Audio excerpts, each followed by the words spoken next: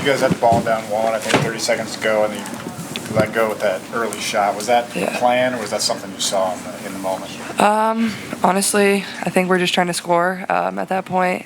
Yeah, I mean, probably could have worked for maybe for a better one, but you're down, so you want to give yourself a chance to get an offensive rebound of some sort, and just didn't execute down the stretch, and that stinks. And Nebraska's a really good team, and changed up their defense on us, and we weren't really prepared for it and didn't respond well in all areas. So good learning opportunity for us. I think like we said in the locker room, like our goals are still intact. You just come in and get better every single day. You win every single day.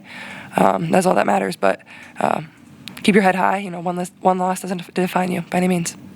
Caitlin, was the defensive change, because you guys were held to just 10 points in that fourth quarter. Was that the biggest thing? Or Absolutely. I think going to the box and one, something we prepared for all throughout the season. Hadn't necessarily prepped for it the last couple of practices, but should have been ready for it.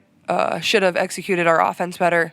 And that doesn't mean that I need to get open looks by any means. We have plenty of capable scorers on our team that can get open looks, but that's what a box and one is. They're going to take me away. They're going to make me take hard shots. It's just finding ways for other people to get open. And, we have plays. We have offenses that we should have been running.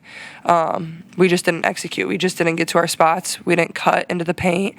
But, we'll be ready for it. And like I said, it's a good learning opportunity. Caitlin, I'm sure it's in the back of your mind, but how does it feel that you're going to break the all-time scoring record back at home in Iowa City? Yeah, I mean, it's not really on the front of my mind right now. I think just, getting better and getting back home and playing in front of our fans and executing the way we know we can execute, I think is very important for this team. And we'll have 2 practices to get ready for that. And, obviously it'll be special, but I think the biggest focus right now is just finding ways to grow, finding ways to get better because, another case of us blowing another lead, and, that's something that has to stop. And, I think just we could have executed a lot better. Can't get frazzled by them going to a box and one. We've seen it plenty of times. I think that's just my main focus right now. Caitlin, as a senior leader on this team, when you talk about execution, what does that look like over the next few days heading into Thursday for you leading this team?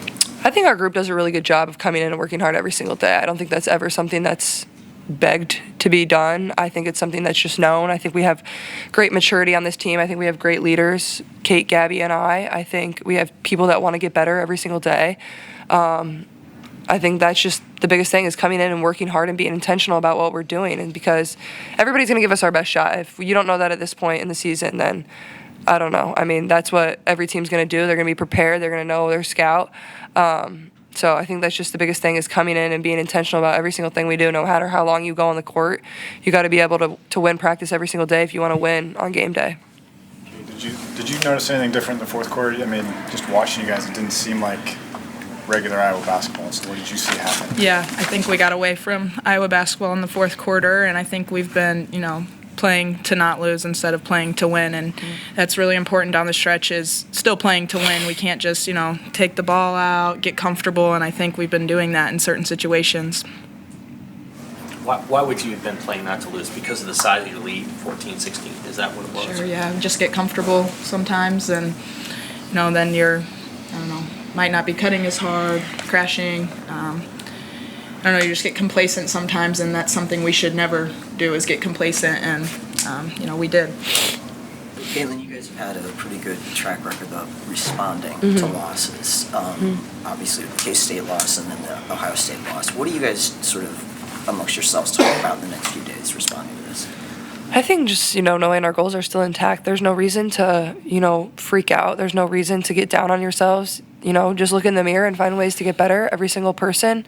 I think that's the biggest thing is, we still control our destiny. That's all that matters. And, we have a lot of really great games in front of us. And, don't let one bad loss, ruin the rest of however many games we have left, 6, 7, whatever it is, because, those moments are going to go by fast. And every team we play the rest of the way is really, really good.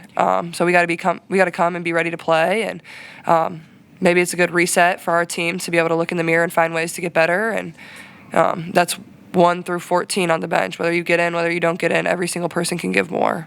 And I know obviously you've been focused on your team, but today you became the first women's basketball player and first men's player on record, because they didn't count assists for long. You're the first to hit 3,000 points and 1,000 assists. What does that mean to you in terms of how you've tried to be that type of all-around player? Yeah, I think that's what I take a lot of pride in, is I want to be able to set my teammates up, and hopefully in return that makes my life a little easier too, of getting to my spots. And yeah, I think, an assist doesn't come without my teammate finishing the ball, and obviously I played with a lot of really good players over the past 4 years, whether it was Mon, whether it was McKenna, whether it's Hannah, Addie, Kate, Gabby. I've played with so many really great players that find a way to put the basketball in the hole, so I'm just really grateful in that regard. And obviously Coach Bluter's kind of let me do my thing and be me, and that's something I'm grateful for too. You could hear Lisa mentioning outside of this room, and you could hear it in the arena that during at least one of your free throws there was still some arena music being played while you were shooting. Did you notice that, or did that distract you, or did you not even notice? I honestly didn't even notice. I mean, if